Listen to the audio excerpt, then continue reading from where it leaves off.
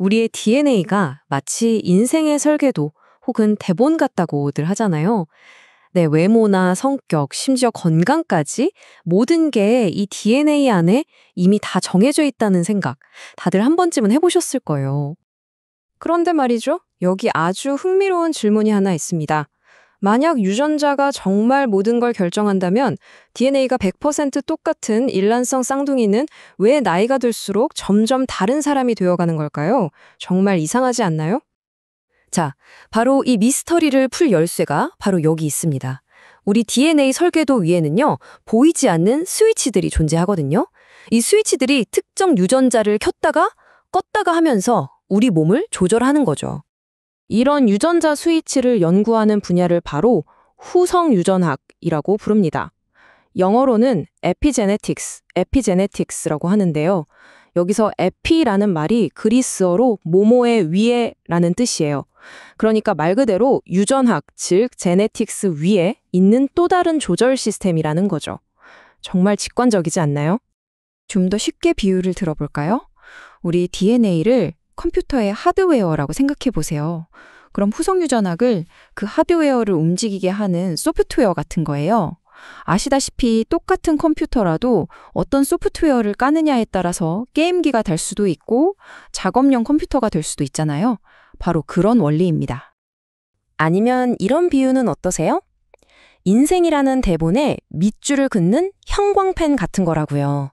대본 자체를 바꾸진 않지만 어떤 대사를 강조하고 어떤 대사는 그냥 넘어가게 만들어서 전체적인 연극의 분위기를 완전히 바꿔버리는 거죠. 자, 그럼 이 보이지 않는 유전자 스위치가 실제로 우리 삶을 어떻게 바꾸는지 궁금하시죠? 지금부터 정말 드라마틱한 3가지 실제 사례를 통해서 한번 들여다보겠습니다. 첫 번째 이야기는 과학계에서 아주 유명한 실험이에요. 바로 아구키 쥐 실험입니다. 여기 두 그룹의 쥐가 보이죠? 한쪽은 뚱뚱하고 노란 털을 가졌고 다른 쪽은 날씬하고 갈색 털을 가졌어요. 그런데 정말 놀라운 건 이 둘의 DNA가 100% 똑같다는 사실입니다. 딱 한 가지 차이가 있었어요. 바로 임신한 어미 쥐가 뭘 먹었느냐 하는 거였죠. 비타민 같은 영양소가 풍부한 먹이를 먹은 어미에게서는 비만을 일으키는 아구티 유전자의 스위치가 오프 상태가 된 거예요. 그 결과 완전히 다른 운명을 가진 새끼가 태어난 겁니다. 음식이 유전자를 바꾼 거죠. 대단하죠? 이번에는 실험실 밖의 이야기입니다. 제2차 세계대전이라는 인류의 비극 속에서 발견된 우리 인간에 대한 이야기죠. 때는 1944년 네덜란드 대기근이 휩쓸던 겨울이었어요. 이때 어머니 뱃속에 있던 태아들은 세상으로부터 아주 강력한 메시지를 받은 셈입니다. 바로 이 세상은 먹을 때 늘 부족한 곳이야 라는 메시지죠. 살아남으려면 에너지를 최대한 몸에 저장해야 한다는 아주 절박한 생존 신호였던 겁니다. 그래서 태아들의 몸은 생존을 위해 기급 모드 스위치를 켠 거예요. 어떻게든 에너지를 아끼고 지방으로 저장하도록 말이죠. 그런데 문제는 전쟁이 끝나고 이 아이들이 풍족한 세상에 태어났다는 겁니다. 세상은 바뀌었는데 몸에 한번 켜진 스위치는 꺼지지 않았어요. 평생을 기근에 대비하며 산 거죠. 그 결과 수십 년이 지난 후 이들은 다른 사람들보다 비만이나 당뇨, 심장병에 걸릴 확률이 훨씬 더 높았다고 합니다. 할머니 세대의 굶주림이 손주 세대의 건강에까지 영향을 미친 정말 가슴 아픈 이야기죠.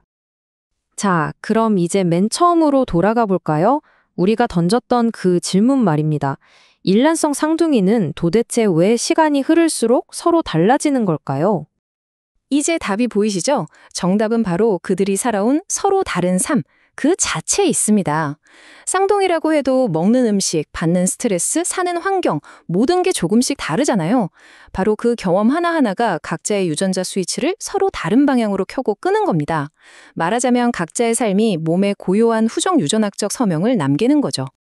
그래서 똑같은 DNA를 가졌는데도 한 명은 어떤 병에 걸리고 다른 한 명은 건강하게 지낼 수 있는 일이 생기는 거예요. 결국 일란성 쌍둥이야말로 우리의 운명이 DNA라는 설계도에만 갇혀있지 않다는 걸 보여주는 가장 살아있는 증거가 아닐까요?